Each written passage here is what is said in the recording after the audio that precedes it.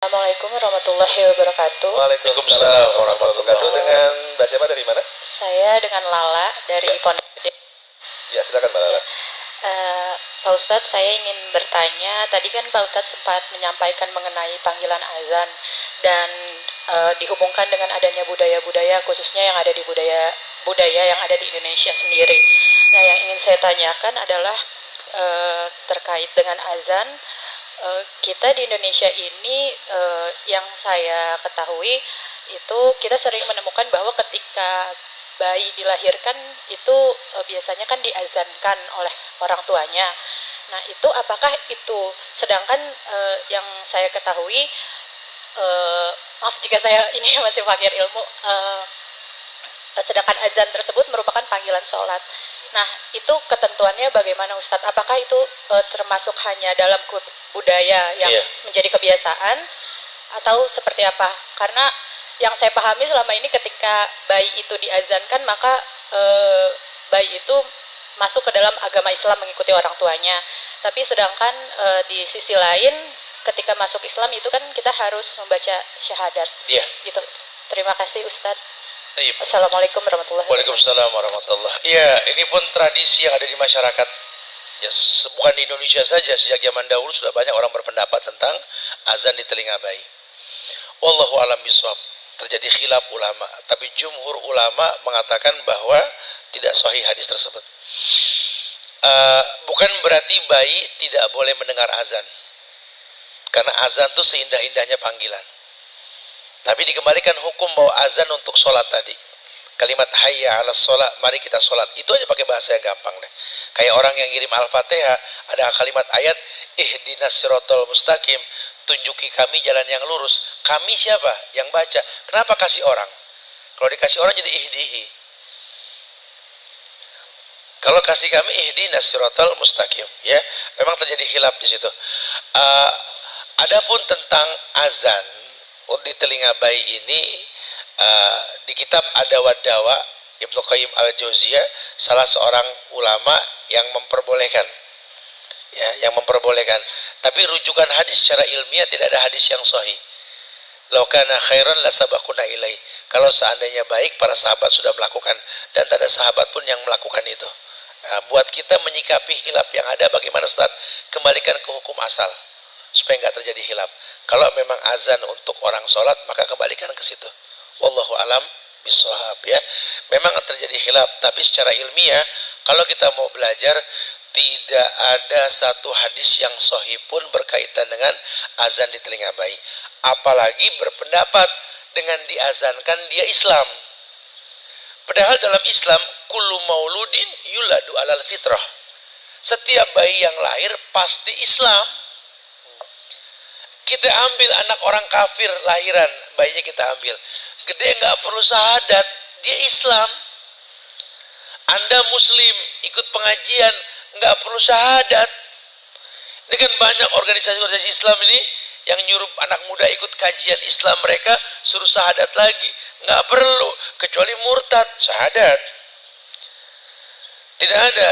Ya, azan itu mengidentikan keislaman seseorang. Dengan diazankan dia Islam, tidak, ya. Kalau memang dia mau masuk Islam, ya dia bersahadat. Tapi kalau bayi yang lahir dia sudah Islam, fa abawahu yuhawidani ayunassirani ayumajjisani, kata Rasul. Orang tuanya lah yang membuat dia menjadi Yahudika, Nasranika, Majusika. Wallahu a'lam bishawab. Nah, sekarang ada pula pengajian katanya mengazankan bayi itu bid'ah. Ada ya, serius. Katanya mengazankan bayi baru lahir itu tidak ada syariatnya, hadisnya dhaif. Mengamalkan hadis dhaif itu termasuk amalan yang mengada-ngada. Kalau amalan mengada-ngada berarti yang baru berarti bid'ah, sesat masuk neraka. Mengazankan bayi masuk neraka. Agak lucu-lucu juga. Tapi ya begitu pula pendapat kawan tu kan. Yang punya pendapat itu terserahlah, kita tak nyalahkan. Cuma janganlah salahkan pula orang yang mengazankan bayi disebut masuk neraka. Orang yang azan bayi masuk neraka, yang menghidupkan HP di telinga bayi tak masuk neraka. Kan lucu aja tu, Pak. Ini ada diskusi sama adik-adik kelas tu. Antum udah azan kan anak antum tadi? Oh, dia bilang itu tidak sahih hadisnya bang. Dia keluarkan dalil-dalil, jadi buatnya kopian Google. Jadi apa tadi, tidak ada, diam aja. Gitu. Itu bidannya lagi bunyikan musik, bunyi ringtone HP, dibiarkan juga. Telinganya udah masuk bunyi-bunyi yang lain. Padahal kalau kita lihat hadis yang diriwayatkan Ibnu Aisyah radhiyallahu an ketika Hasan dan Husain lahir, Rasulullah sallallahu alaihi wasallam yang mengazankan. Mereka berdua di telinga kanan diazankan, di telinga kiri diiqamahkan. Dalam hadis riwayat yang lain juga disebutkan oleh Imam Tirmizi. Wallahu a'lam bishawab. Tak usahlah kita berdebat sebab itu ya tak. Tapi di situlah telinga pertama didengarkan yang baik-baik. Mulut pertama diucapkan yang baik-baik juga, mak kita kan yang mengajarkan kita mulut. Ucap Allah, Allah, Allah. Kalau kita lihat dari dua fungsi hati sehingga hati jadi lurus, itu memang telinga hati-hati untuk mendengar, mata hati-hati melihat. Kapan telinga mulai bisa mendengar? Sejak 120 hari.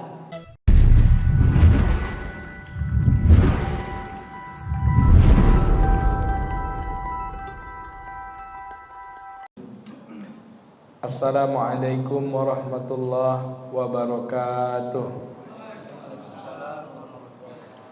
Apa kabar Bapak Ibu semua, sehat? Alhamdulillahirabbil alamin. Bi ni'matil iman wal islam wa tatimmus shalihat.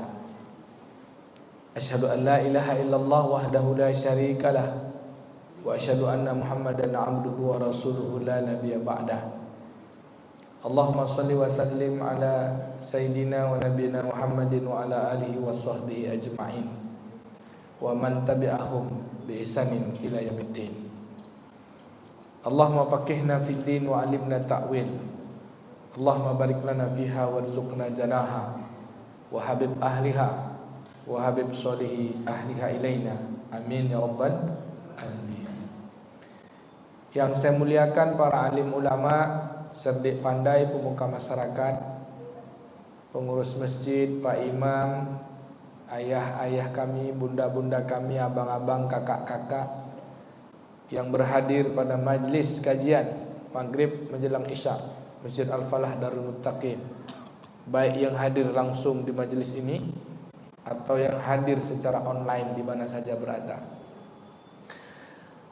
Pertama, saya mengucapkan tanpa mengurangi penghormatan saya mendoakan kepada Bapak Ibu semua yang hadir senantiasa diberi Allah keberkahan, dicurahkan ampunan dan dilimpahkan kebaikan dalam setiap urusan. Amin rabbal alamin. Malam hari ini malam pertama kita pertemuan setiap Senin dari kajian rutin insyaallah sepanjang setahun ini. Tadi pada awalnya kita mau membahas kitab Minhajul Muslim, Minhajul Muslim yang tulis oleh Syekh Abu Bakar Jabir Al-Jazair. Tapi karena buku itu, kitab itu harus rutin pula jemaah yang duduk, ya kan? Ini banyak jemaah yang singgah katanya. Kemudian agak-agak berat pula membahasnya. Dia ada tauhid di dalamnya. Kemudian ada bab ibadah, bab akhlak. Maka bagus kajiannya diambil tema-tema yang kemudian diambil dari sumber kitab yang lain. Maka saya ubah kitabnya. Kitab yang ditulis oleh Imam Al-Bukhari yang sudah ada terjemahnya juga, Pak. Jadi setiap pertemuan kalau nggak datang lagi pertemuan berikutnya masih dia tak perlu nyambung. Gitu. Tapi tema-tema dalam kitab tersebut adalah ditulis oleh Imam Bukhari, judulnya Kitab Pelembut Hati. Jadi amal-amal pelembut hati. Jadi kalau 50 kali pertemuan, 50 amalan pelembut hati. Kalau yang pertama aja kita pertemuan, yang pertama aja kita dapat. Ya, gitu. Bapak Ibu yang dimuliakan Allah Subhanahu Wa Taala, buku ini sudah ada terjemahannya, juga sudah ada PDF-nya. Dicetak pada tahun cetakan pertama yang PDF-nya itu tahun 2021 ini, oleh Pustaka Syabab Surabaya. Kitab Ar-Riqa'ab min Sahih Al-Imam Al-Bukhari. Nah itu dia. Judulnya dipindahkan jadi Kitab Pelembut Hati. terdiri dari 54 bagian-bagian yang apabila kita membacanya akan melembutkan hati. Pada malam hari ini kita membahas sedikit sebelum kita masuk pada amalan pelembut hati tersebut. Tentu kita harus mengenal dulu apa itu hati, bagaimana kedudukan hati, seberapa penting kita melembutkan hati. Saya minta izin dengan Tuan Guru di sebalik tiang, nanti hilang ilmu saya. Tak usah tengok lagi, duduknya sana. Bapak Ibu ayah bunda yang dimuliakan Allah Subhanahu wa taala, hati adalah ranah yang sangat sulit disentuh. Dia tempat bersemayamnya rasa. Ada rasa gembira, disebut dengan bahagia ya Pak. Ada rasa sedih. Dan rasa sedih ini bercampur. Di dalamnya marah, benci, dendam. Tapi kalau kita lihat Al-Quran, hati itu hanya ada dua rasa saja.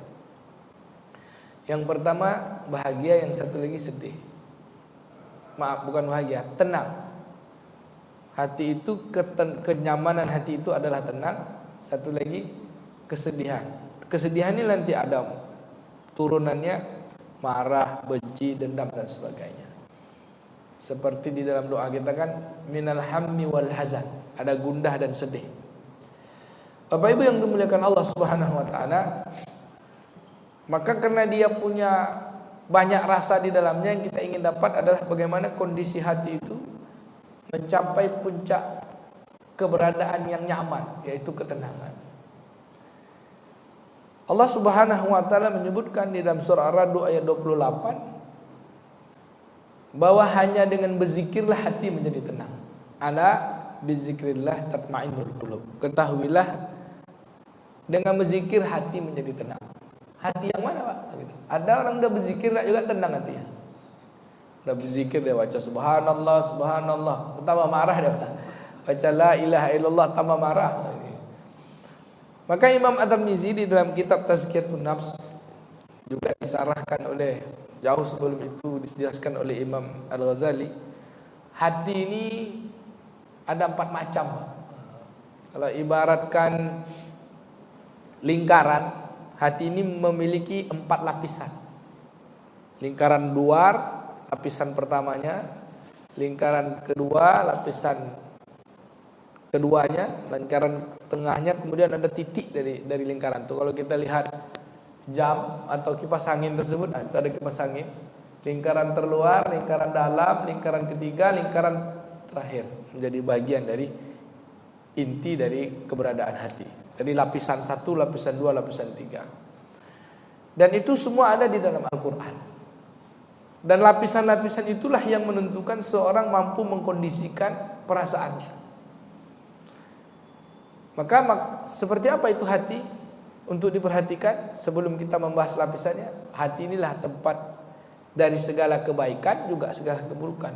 Yang diriwayatkan oleh Nu'aimin bin Bashir dari Imam Muslim rahimahumullah.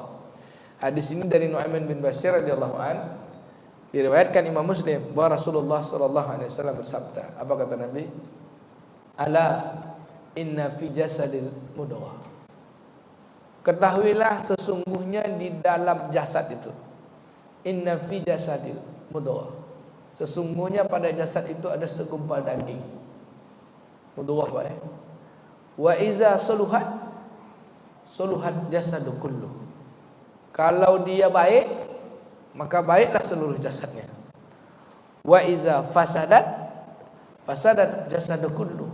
Kalau dia rusak, jahat, fasad ini lebih kepada rusak, maka rusaklah seluruh jasadnya. Ala kata Nabi, wahiyal qalbi.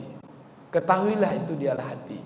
Bahkan Nabi di sini tidak menggunakan isim muannas, tidak menggunakan isim muzakkar, tapi menggunakan isim muannas. Nabi mengatakan hiya, bukan huwa. Kan ala wahiyal qalbi, kan ketahuilah dia adalah hati. Itulah dia hati. Kalau Nabi katakan ala wahwal qalbi, kan satu aja, satu jenis saja hati. Jadi antara muzakkar dengan muannas ini kan menjelaskan berarti ketika disebut hiya berarti dia macam-macam di dalamnya. Bapak Ibu yang dimuliakan Allah Subhanahu wa taala, itulah hati. penentu segala kebaikan seseorang. Kalau dia baik, baik. Kalau dia rusak, rusak. Lalu bagaimana kita mampu melihat hati tersebut? Maka setidaknya kita memahami lapisan-lapisan hati itu terdiri dari 4 lapisan. Yang pertama, lapisan terluar. Karakteristik lapisan terluar ini namanya beda dari hati itu sendiri. Kemudian dia memiliki karakter yang tersendiri pula dari sifat lapisan tersebut. Disebutkan oleh Imam Al-Ghazali, lapisan terluar itu disebut dengan sodri. Jadi ada 4 lapis hati. Jadi hati yang terluar itu sodri. Bahasa kitanya sadar. Kan kita selalu menyebut sadar. Orang sadar memegang dada atau memegang pipi, Pak? Dada. Bu, sadar. Saya sadar nih, memegang pipi enggak. Sadar itu ya di dada ini. Sadar. Sodri ya. Kalau bahasa Arabnya sodri itu dada. Rabbi israh li sadri, ya Allah, ya kan, Tuhanku, lapangkan dadaku, ya kan. Dada kita udah lapang nih. Tapi dada yang mana kan? Itu yang dimaksudkan oleh Imam Al-Ghazali adalah hati. Yang mana? Yang sadar. Sifat kesadaran itu apa? Tahu apa yang didengar, tahu apa yang dilihat, tahu apa yang dilarang, tahu apa yang diperintahkan. Ya, kesadaran ini konteks karakteristik orang yang sadar, yang hatinya lapisan terluar ini udah mulai sadar, sebenarnya punya karakteristik sebagai seorang muslim. Jadi sodri, lapisan hatinya, karakter amalnya adalah muslim. Jadi untuk sadar seorang memiliki hati yang sadar ini, hendaklah dia betul-betul menggunakan pakaian sebagai seorang Islam, menggunakan pakaian Islam agar dia menjadi seorang muslim. Itu diulang-ulang katanya. Rabbi israhli sadri wa yassirli amri wahlul 'uqdatam min lisani yafqahu qawli. Ada lagi enggak yang pakai sadri, Pak? Ada kan? Qul a'udzu birabbin nas malikin nas ilahin nas min syarril waswasil khannas alladzi yuwaswisu fi sudurin nas, pada dada-dada manusia, yang dihembuskan bisikan setan, ya. Katakanlah kita berlindung kepada Allah, Rabbnya manusia, Tuhannya manusia yang menguasai manusia. Dari apa? Dari bisikan. Bisikan apa? Bisikan setan yang datang kepada hati-hati manusia, baik dari golongan jin maupun dari golongan manusia. Di situ disebut sudur. Kenapa sudur? Kenapa sadar? Karena ketika dihembuskan itu orang banyak lupa. Yang dikuasainya apa? Kesadarannya kan? Enggak apa-apa dong, sikitnya lupa. Bohong sikit boleh tak? Bohong sikit dan banyak boleh tak? Yang namanya bohong sikit banyak kan sama aja. Tapi kenapa kita bohong? Lupa. Betul, Pak? Lupa itu hilang kesadaran. Maka dalam konteks ini Imam Al-Ghazali menyebutkan sadar karakteristiknya adalah muslim, pakaian badannya adalah Islam. Jadi Islam. Mana dia Islam yang menjadikan dirinya muslim? Innas salati wa nusuki wa mahyaya wa mamati lillahi rabbil alamin la syarika lahu wa bidzalika umirtu wa ana awwalul muslimin. Kira-kira Bapak Ibu, kita udah termasuk kelompok yang sadar atau belum? Hati kita ini udah pada lapisan sodri atau belum? Atau belum sodri? InsyaAllah ya. Ini dah sholat, dah ke masjid ni. Sadar. Kemudian masuk pada lapisan yang kedua. Yang sadar, kemudian dia sadar, kemudian muncul kesadaran yang lebih dalam, yaitu qalbi namanya. Jadi hati yang terluar namanya sodri, yang masuk sedikit lagi ke dalamnya adalah qalbi.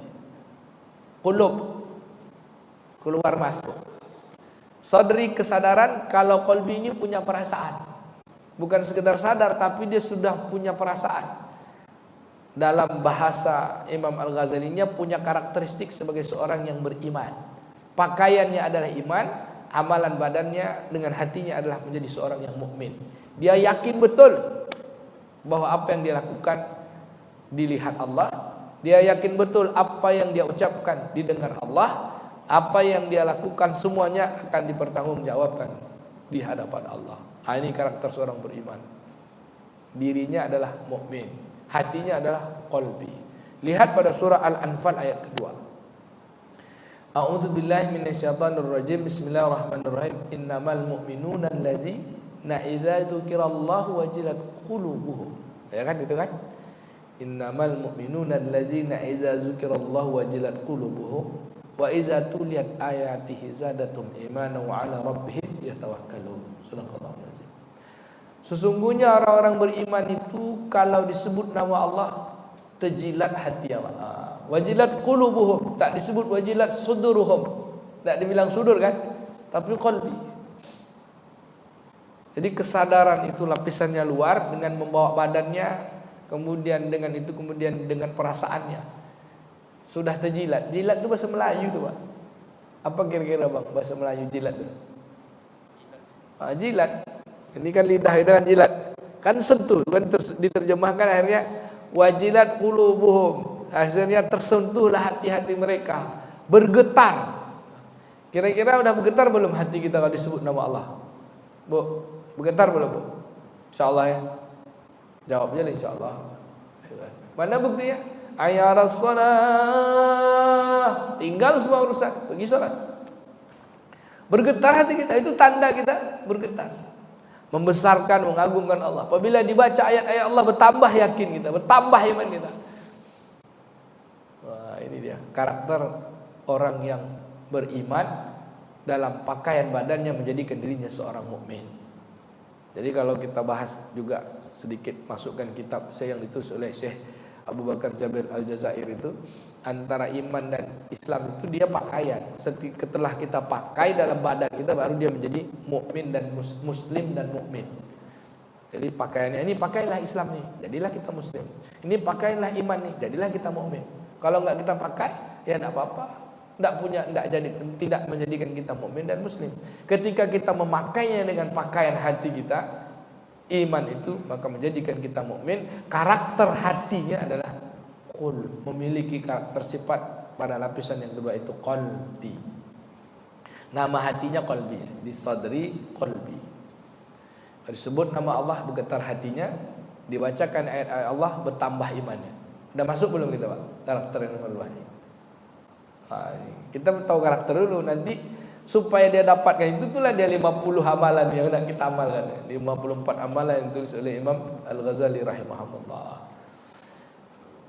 Yang ketiga, lapisan hati yang ketiga disebut dengan fuad. Yang pertama tadi apa? Sadri. Yang kedua qalbi. Yang ketiga fuadi. Ada orang namanya Fuad Muklis. Mantap betul tuh. Sudahlah Fuad Muklis pula lagi. Fuad itu apa? Hati yang lurus. Hati yang tak mau bikin kesalahan, Pak. Hati fitrah dari keberadaan manusia sejak awal diciptakan itu adalah fuad. Dalam bahasa isim muannasnya, jamaknya itu afidah. Allah katakan kita punya hati, yaitu punya perasaan. Kalau tadi sadar, menjadikan dirinya muslim. Kemudian qalbi menjadikan dirinya mukmin. Kemudian yang ketiga ini fuadi, menjadikan dirinya muhsin. Lurus. Muhsin itu apa? Tingkat kesadarannya jauh lebih dalam ketimbang sekedar dia hanya mengetahui Allah mendengar, melihat dari apa yang dia lakukan. Tapi tidak itu, dia sudah betul-betul merasakan bahwa keberadaannya ini seperti mana yang disebut di dalam hadis Nabi, ihsan, menjadikan dirinya muhsin. Apa mereka? Anta'budallah ka'annaka tarahu fa in lam takun tarahu fa innallaha yaraka. Sembahlah Allah Ta'ala seolah-olah engkau melihat Allah. Bisa lihat Allah? Tidak kan? Fa in lam takun tarahu, kalau kamu tak bisa lihat, fa innallaha yaraka, sesungguhnya Allah melihat kamu gitu. Maka keberadaan dirinya itu dia yakin betul Allah melihatnya. Bukan dia melihat Allah, ini aku udah lihat nih, sehingga betul-betul terjaga. Ini orang yang memiliki hati yang lurus. Fuadi. Ada Pak Fuad sini, Pak. Jadi kalau ada Pak Fuad bengkok juga, tukar nama, Pak. Namanya Fuad tapi suka bohong, tukar dosa lagi. Fuad. Mana ayatnya juga kita lihat dalam Al-Quran pada surah As-Sajdah ayat ke-9. Ya Allah Subhanahu wa taala katakan summa sawwahu wa nafakha fihi min ruh wa ja'ala lakumus sam'a wal absar wal afidah. Qalilan ma tashkurun. Kemudian kami tiupkan kepada jasad manusia itu roh. Dengan roh itu kamu bisa mendengar. Terdengarlah fungsi kan, fungsi pendengaran. Wa ja'ala lakumus sam'a, jadilah kamu bisa mendengar. Bukan punya telinga aja, pendengaran. Wal absar, kamu punya penglihatan. Bukan mata. Kalau telinga uznun bahasa Arabnya. Kalau mata ainun. Tapi Allah sebut di sini sam'a wal absar atau sami'un wal basirun. Berarti sifat dari ruhani itu yang Allah tiupkan, yang kemudian menghadirkan ketika telinga mampu mendengar, ketika mata sudah bisa melihat, maka Allah Subhanahu wa taala hidupkan fungsi hati kita, yaitu afidah. Kalau telinga bisa mendengar, mata bisa melihat, harusnya hati punya perasaan. Tapi sikit cuma yang punya perasaan tuh. Qalilan ma tashkurun, tak banyak orang yang bersyukur. Udah dikasih telinga bisa mendengar, peka juga. Udah dikasih mata bisa melihat, buta juga. Bini orang kata dia bini dia, na'udzubillah, ya kan? Yang halal kata dia haram. Ini tak usah masuk baper lewat, ini kan contoh kan. Hayya 'alas shalah, tak dengar dia. Tapi kalau bilang piti masuk, tak disebut dengar dia, Pak. Ini telinga yang tak mampu mendengar, mata tak mampu melihat. Tidak fuad namanya, tidak orang yang lurus. Tapi ketika telinga mampu mendengar dengan baik, mata mampu melihat dengan baik, itulah sejatinya fungsi asal rohani kita. Afidah, kamu punya perasaan. Agar itu terjaga, kata ulama, jaga pendengaran, jaga penglihatan, insya Allah hati kita akan terjaga. Apa yang terjaga tadi?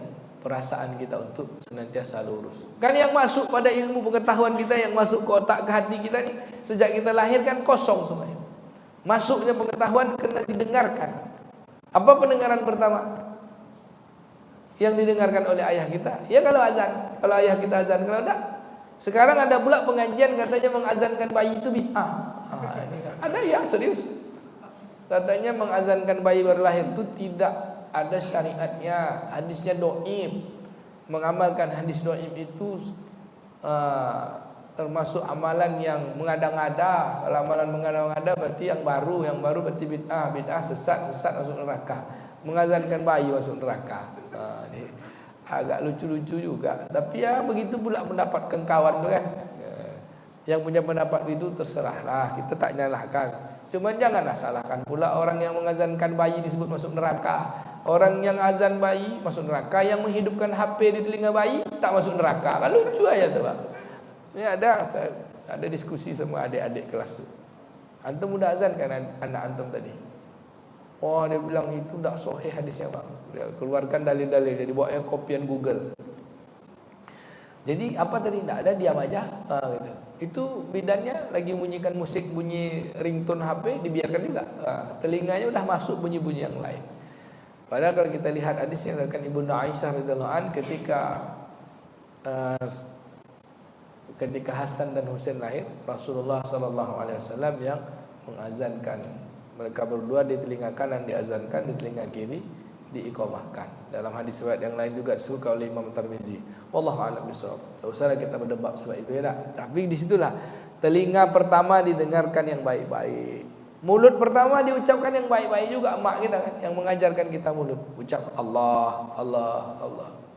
Kalau kita lihat dari dua fungsi hati sehingga hati jadi lurus, itu memang telinga hati-hati untuk mendengar, mata hati-hati melihat. Kapan telinga mulai bisa mendengar? Sejak 120 hari. Ketika ditiupkan ruh di dalam janin, maka di situ sudah berfungsi pendengaran. Maka hati-hati betul ibu-ibu hamil mendengarkan sesuatu kepada kandungannya. Kapan mata bisa berfungsi? Ketika lahir. Ketika lahir kan fungsi mata. Kalau bahasa Melayunya ketika lahir tuh tekebil-kebil mata bayi itu. Bapak tahu tekebil-kebil? Tekebil itu berkedip-kedip dia.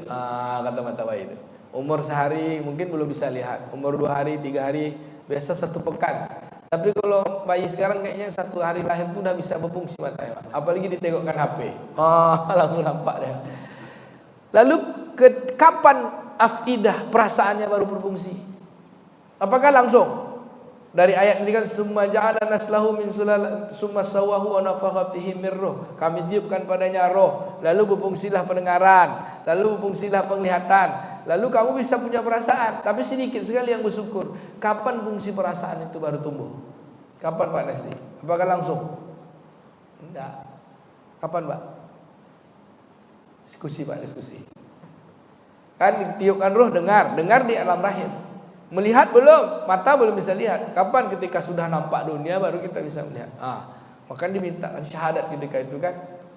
Syahadat mempersaksi ke Allah. Kapan fungsi perasaan kita tumbuh? Afidah ini kata ulama, ketika kita balik baru punya perasaan. Sebelum itu kasih bonus abodemen. Jadi selama sebelum balik itu dengarlah apa yang mau kamu dengar, lihatlah apa yang kamu lihat.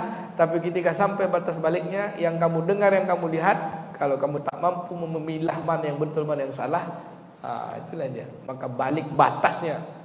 Jadi kalau salah pun menjelang fungsi hati kita sempurna itu, menjelang, kalau bahasa Imam Al-Ghazali nanti ujung-ujungnya afidah itu masuk kepada akal, mampu membedakan baik dan buruk, tapi hatinya dulu. Jadi menjelang umur kita balik, itu semua masuklah semua informasi, lihatlah semua yang dilihat, walaupun salah belum berdosa. Tapi ketika sampai tumbuh sudah hati itu tadi, kemudian diberi Allah pengetahuan cukup baginya, tahu-tahu tak mampu membedakan baik dan buruk, maka hatinya takkan terbuka, takkan pandai dia bersyukur. Nanti akan jadi 4 golongan pula yang sebelah kiri. Siapa mereka? Nanti dia jahilun, fasikun, munafikun, kafirun. Itu nantilah kita bahas. Ini kita buka ini dulu. Hati tadi itu. InsyaAllah kira-kira hati kita udah terbuka belum? Yang punya perasaan belum? Pokoknya saya ditanya yang baik jawab aja insyaAllah. Gitu aja. Apa ibu yang dimuliakan Allah Ta'ala? Nih, dah 3 lapis kan? Lapisan 1 sadri, lapisan kedua qalbi, lapisan ketiga fuadi. Dengan karakter amalnya masing-masing, menjadikan dirinya muslim, menjadikan dirinya mukmin, menjadikan dirinya muhsin. Kalau udah muhsin, terjagalah hatinya lurus betul. Dia ngomong, Allah dengar nih, pasti tak akan bohong. Sampai-sampai misalnya mencoblos pun Pak, kalau dia muhsin, Allah lihat nih, gak mungkin salah coblos ya Pak. Memutuskan sidang MK pun tahu dia. Allah tahu nih, dia kan gitu, apa yang ada pada putusan ini tahu dia nih. Bukan Indonesia Pak, adalah negara lain. Begitulah tuh. Kalau dia betul pakai hati, gitu. Kalau pakai nafsu, apa terserah dia aja. Yang penting aku dapat. Kalau nafsu pakai hati, mana yang haknya Allah Subhanahu Wa Taala untuk diibadati, karena Allah Subhanahu Wa Taala telah mengasihi kita. Yang keempat, lapisan hati yang paling dalam. Ada orang menyebut lapisan hati yang paling dalam ini namanya nurani. Nurani Pak. Nurani bahasa Indonesia. Sebenarnya diambil dari kata nur aini. Nur itu cahaya, aini kan mata, ya kan? Cahaya mata. Mata yang dimaksud di situ nur aini fil qalbi, cahaya dari mata hati. Cahaya dari mata hati. Maka beruntunglah orang yang punya nur, Pak. Saya beruntung, Pak. Nur pagi, nur siang, nur malam, nur. Itu sampai rumah nur juga. Karena istri saya namanya Nur Hasanah. Tapi bukan nur aini. Nur hati ini, cahaya hati yang paling dalam ini bukan nur aini namanya. Itu hanya penjelasan aja. Cahaya hati. Nama hati yang memiliki cahaya, melihat segala sesuatu itu dengan kebaikan. Kalau udah cahaya apa maknanya, Pak? Terang semua kan? Kenapa kita bisa berdosa? Karena gelap, tak nampak. Maka hati yang terang itu adalah hati yang cerdas. Cerdas itu bukan di otak, cerdas di sini. Cerdas disebutkan dalam Al-Quran, diterjemahkan ke bahasa kita cerdas. Tapi kalau bahasa Arabnya disebut dengan lub. Lubbi. Hati yang paling dalam itu titik batin, titik mata hati yang paling dalam itu namanya lub. Di dalam lub itulah kata Imam Al-Ghazali ada namanya sir. Apa itu sir, Pak? Payah kita kalau ngaji itu kan, tapi kita mau jelaskan aja. Sir itu ya perasaan. Lintasan-lintasan yang lintasannya kalau para nabi disebut wahyu, kalau orang-orang beriman disebut hikmah. Hikmah, Pak, hasil kontemplasinya. Tapi sirnya datangnya dari firman, dari dari ilham yang Allah ilhamkan kepada mereka. Kalau para nabi disebut dengan wahyu, kalau orang beriman disebut dengan ilham. Yang wujud dari perbuatan itu adalah hikmah dan kebijaksanaan. Bijak betulnya. Orang yang sudah punya perasaan pada titik mata batin yang lebih tadi, yang cerdas itu, ibarat kata pepatah Melayu, jika mereka memutuskan satu masalah, maka masalah yang diputuskan itu ibarat mengambil rambut di dalam tepung. Tepung tak berserak, rambut tidak putus, ya kan? Menyelesaikan masalah. Bijak betul. Dan ketika melihat sesuatu, dia tidak langsung melihat apa yang terlihat, tapi dia melihat sesuatu itu tahu apa yang terlihat di balik yang ternampak. Dalam bahasanya, dia tahu yang tersirat di balik yang tersurat. Dia tahu juga yang tersurat di balik yang tersirat. Kalau bahasa Minang apa? Takilek tahunan takalam gitu ya. Takalam tahunan takilek. Kalau bahasa tuan guru kita, takilek ikan diayi tahu jantan batino. Iya tuh ya. Kalau sekarang dah tak ada tahu ikan dalam air itu tak ada lagi yang takilek, karena ikan dah habis kena tangkap. Bapak Ibu yang dimuliakan Allah, maka disebut dengan lubbi. Jadi sodri, qalbi, fuadi, lubbi. Jamaknya albab. Mana ayatnya? Kita lihat pada surah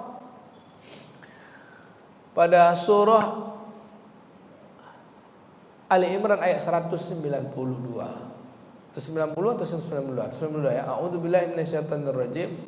Inna fi khalqis samawati wal ard wa ikhtilafil laili wan nahar li ayatin li ulil albab. Inna fi khalqis samawati wal ard, pada sesungguhnya pada penciptaan langit dan bumi dan pertukaran siang dan malam, itu adalah ayat-ayat tanda-tanda kebesaran kami kita. Ayat tanda-tanda. La ayatil ulil albab, untuk orang-orang yang punya kecerdasan. Ayatil ul, itu tanda-tanda bagi orang yang cerdas, yang berakal. Tapi kalau di sini tak disebut tidak disebut akal, tapi lub kan. Berarti lub itu apa? Bagian hati, kata Imam Al-Ghazali, disebut bagian hati yang paling dalam, yaitu inti mata hati. Ya, disebut nur aini beribat. Tempat adanya lintasan itu hati-hati. Maka kalau kita sebutkan hati-hati kan sesuatu yang baik kan. Kan tidak ada disebut nafsu. Ada juga hati-hati ya. Maka sesuatu yang betul-betul terjaga. Dia adalah sumber hikmah dan kebijaksanaan. Bagi orang biasa disebut ilham, bagi para nabi disebut wahyu. Bapak Ibu yang dimuliakan Allah Subhanahu wa taala, siapa orang yang memiliki kecerdasan hati yang seperti ini? Allah sebutkan pada ayat berikutnya, alladzina yazkurunallaha qiyaman wa qu'udan wa 'ala junubihim wa yatafakkaruna fi khalqis samawati wal ard wa ikhtilafil laili wan ayat bertukar pula ayat. Rabbana ma khalaqta hadza batilan subhanaka faqina adzabannar. Yaitu orang-orang yang berzikir, yang senantiasa menyebut nama Allah. Orang yang cerdas tadi, yang memiliki hati, yang melihat segala sesuatu. Ya kan, sesungguhnya di antara penciptaan langit dan bumi dan pergantian siang dan malam adalah ayat-ayat kami, kata Allah, bagi orang yang cerdas, yang memiliki kecerdasan. Siapa mereka? Alladzina yazkurunallah, yaitu orang yang senantiasa, kalau zikir tadi kita sebut menyebut, maka apapun yang keluar dari lisannya adalah menyebut nama Allah. Subhanallah, Masya Allah, Allahu Akbar, la haula wala quwwata illa billah. Maka amalan pelembut hati dari amal yang seperti ini adalah untuk zikir pada Allah. Baru hati kita itu mampu menjadi orang yang mampu hati kita cerdas. Bahkan Allah katakan pula pada surah Al-Baqarah tentang orang beramal haji misalnya. Wa man farada fihinnal hajj wala rafas wala fusuq wala jidal. Wa man taf'alu min khairi ya'lamullah wattaqu wa tazawwadu fa inna khairaz zadi taqwa wattaquni ya ulil albab. Dan sama itu. Apa dia itu? Tahan diri, jangan buat kesalahan. Jangan ngomong yang porno, jangan melakukan kefasikan, jangan membantah-bantah, ya kan? Kemudian tahan, nanti akan cerdas. Karena orang yang mampu menahan itu menghadirkan kecerdasan.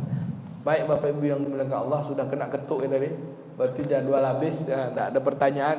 Pekan depan lah kita lanjutkan ya. Ini pembagian hati ada 4. 1 tadi, sadri.